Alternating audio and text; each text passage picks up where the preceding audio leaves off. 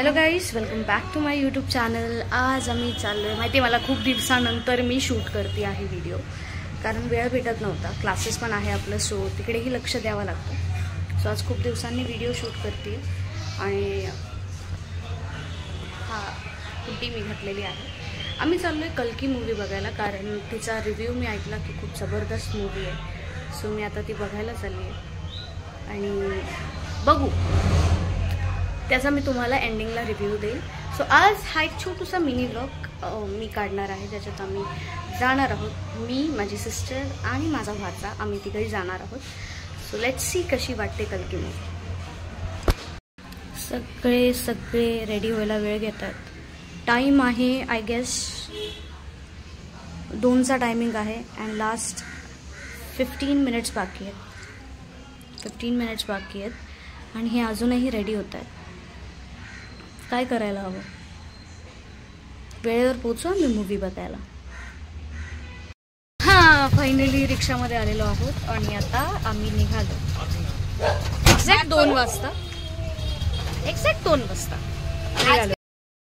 आम्ही आलोय मिराज सिनेमेच्या आत. ब्लॉगिंग करते मी आणि हे दोघं बघा. कट शॉट मला या बसा.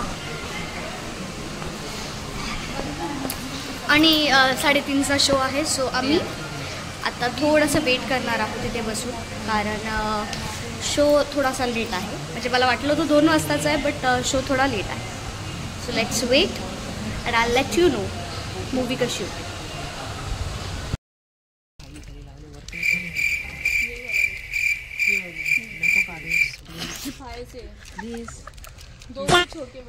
पण तू स्पेक्स काढ ना. हे 3D आहेत. एवढं हे काय येतं थोडं पिक्सेल्स. सगळीकडे दाखव ना की आता खाली आहे. थोड्या वेळाने मूवी थोड्या वेळाने आम्ही या जागेवरून स्मगलिंग करून दुसरीकडे जाणार.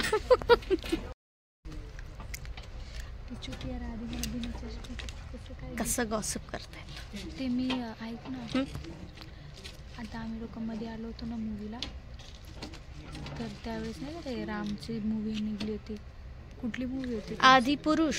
हां, त्या मूवीला आलो होतो. हे का व्हिडिओ चालू ठेवलाय तू? बनतात सबूत गोळा करते.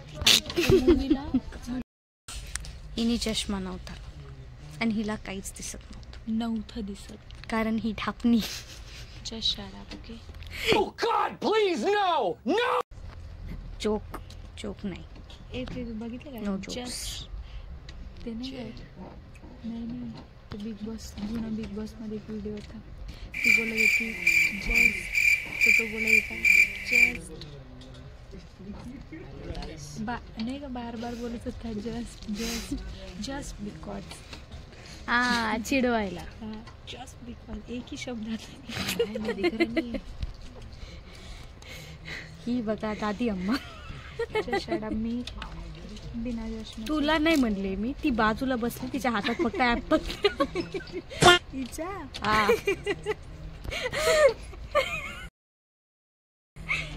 दादी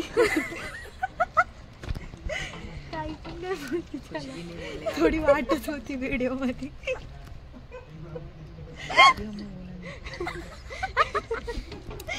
बोलते ऍपल.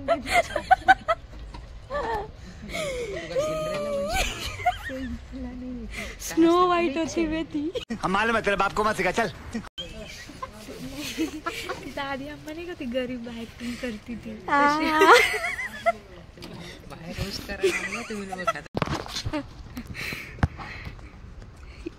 MC स्टैंड की बहन, MC स्क्वायर. और ये MC स्टैंड की दादी अम्मा. ये वाला.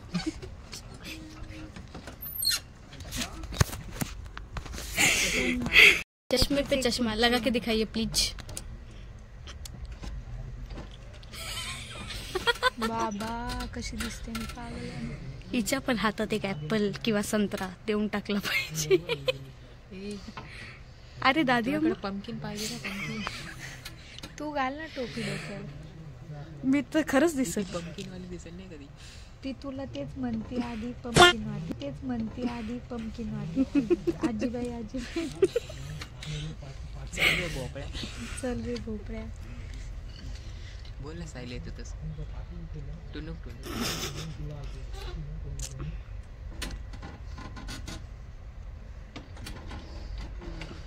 का व्हिडिओ काढते. G town baby. ए यू टाउन येते उल्हासनगर. यू टाउन तसं ठेवतो आधी. Opening doors entertainment.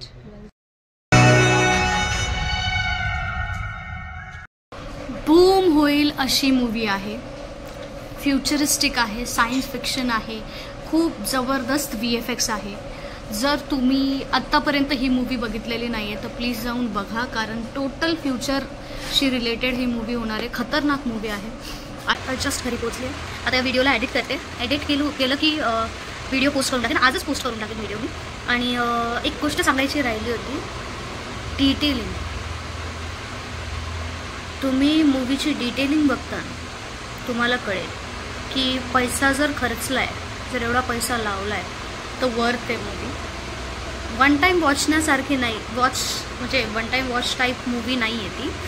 ॲक्च्युली आता जसं थिएटर एक्सपिरियन्स घेतला आहे तसं ते जे चष्मे आहेत ते लावण्याने ॲक्च्युली त्रास झाला डोळ्यांना खूप. कसं मी स्पेक्स लावत नाही, मला स्पेक्सची आदत नाही, तर त्यामुळे माझं डोकं खूप दुखलेलं होतं मूवी बघताना. बट ही मूवी जेव्हा OTT प्लॅटफॉर्मवर अवेलेबल होईल तर आय एम शुअर की मी ही मूवी परत एकदा वॉचलिस्टमध्ये ही मूवी डेफिनेटली आहे. आणि अत्यंत सुंदर अशी मूवी. घेण्यासारखं खूप काही आहे. जेही नास आपण लावलेला आहे सृष्टीच्या, ते अंत कुठपर्यंत लीड करेल आणि काय त्याचे परिणाम भोगतावा लागतं, खूप डिटेलमध्ये एक्सप्लेन केली. बघताना माणूस विचार जरूर करेल. आम्ही तर केला जेव्हा आम्ही ही मूवी बघत होतो. इनफॅक्ट माझ्या बहिणीने, साक्षीने ॲटलिस्ट 2 to 3 टाइम्स मला हे विचारलं असं की सायली भविष्य इतकं भयानक दिसू शकतं का. तर येस, मूवी खूप काही शिकवणार आहे. बट कल्की पार्ट 2 ही मूवी बघून झाली आहे. हालाकी मी हिला परत एकदा बघणार आहेच, बट पार्ट 2चा सुद्धा वेट आहे. ही बिगनिंग आहे, बट ऑब्वियसली बिगनिंग आहे. याच्यामध्ये खूप सारे कॅमिओज वगैरे झालेत. Vijay Deverakonda was a surprising character for me. मी इथे थोडासा बोलतात ना मूवीमध्ये खूप काही सांगण्यासारखं आहे. मला सांगू पण वाटतं तुम्हाला, ज्यांनी मूवी बघितली नाही ते कॅन लाईक माझ्यावर असे चिडतील ते की सायली सांगू नकोस, बिलकुल स्पॉयलर्स देऊ नकोस. बट तसं नाही आहे. मी फक्त सांगेल की खूप सारे कॅमिओज आहेत. आणि दीपिकाचं काम, ती जेव्हापासून तो मूवी बघितला आहे शाहरुख खानवाला, तर मला त्याचं नाव नाही आठवत आहे, रिसेंटचीच मूवी आहे ती, जेव्हापासून ती मदरहूडवाले ज्या मूवीज आहे, मदरहूडशी रिलेटेड ज्या गोष्टी आहेत ती इतक्या बखूबी निभवती आहे. त्या लिटरली त्या मुमेंटला एंगेज्ड फील होत होतं त्या सीनमध्ये. सो दीपिकाचं काम माइंड ब्लोईंग. आपले जे आहेत Amitabh Bachchan, he is always great actually. And प्रभासचं कमबॅक झालेलं आहे. ॲज इट जसं मी यूट्यूबर्सला ऐकलं होतं की येस, प्रभासचा हा कमबॅक आहे. आदिपुरुषमुळे जितके त्यांच्या नावाची वाट लागली होती, but now he has he is in on his zone. So त्याचाही कमबॅक झालेला आहे. आणि मूवीच्या सेकंड पार्टची आतुरतेने वेट मी करते. कृष्णाची एंट्री जी दाखवली आहे, महाभारतचे जे सीन दाखवले आहेत, एपिक. कुठल्याही प्रकारे कुठल्याही हिस्टॉरिक गोष्टीला तडा जाईल किंवा त्याचं मजाक बनेल अशी एकही अवहेलनात्मक गोष्ट त्याच्यात घडलेली नाही आहे. ही सगळ्यात खासियत आहे. या अगोदर आदिपुरुष फ्लॉप व्हायचं कारणच हे होतं की त्याच्यात पहिली तर लँग्वेज आणि दुसरी गोष्ट कॅरेक्टर्सचे जे रोल आहेत, त्यांचे जे कॉस्ट्युम्स आहेत आणि त्यांचं बिहेवियर आहे, त्याच्यातून ते खूप अपमानजनक फील होत होतं. बट या मूवीमध्ये असं काहीच आपल्याला बघायला भेटत नाही आहे. मूवी ऑथेंटिक आहे, पूर्णपणे ऑथेंटिक आहे. मूवी बघताना तुम्हाला समजेल की कुठेही हिस्ट्रीला डिवसण्यात आलेलं नाही आहे.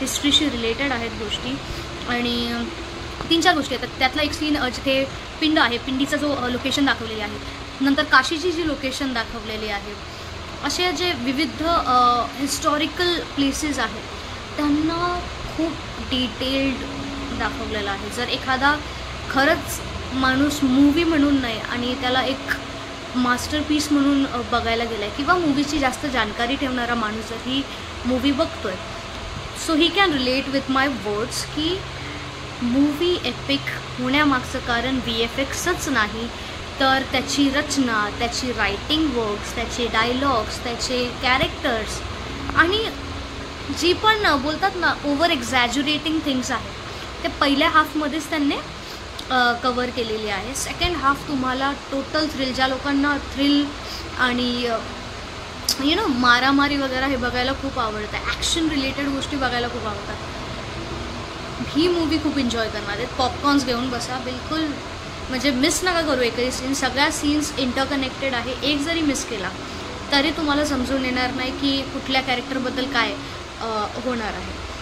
एंडला तुम्हाला कळेल की प्रभासचा जो कॅरेक्टर आहे त्याचा ओरिजिनल त्या कॅरेक्टर काय आहे तुम्हाला ते समजून जाईल. So movie is must watch. So please do watch the movie and कमेंट्समध्ये सांगा मग बघून आल्यानंतर की तुम्हाला मूवी किती आवडली आहे.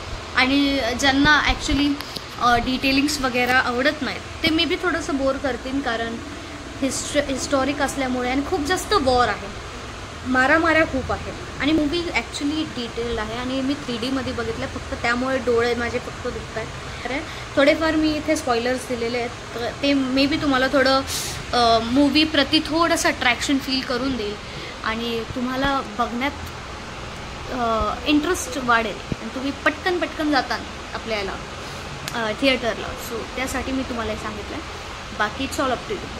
Okay, till that please watch and let me know. आणि सांगायला विसरली आहे, प्लीज चॅनलला सबस्क्राईब करा. खूप दिवसांनी मी आज हा ब्लॉग काढला आहे, खूप छान झाला आहे ब्लॉग, खूप छान झाला आहे ब्लॉग. प्लीज सबस्क्राईब करा चॅनलला अँड स्टे ट्यून्ड फॉर आगे की व्हिडिओज. Bye bye.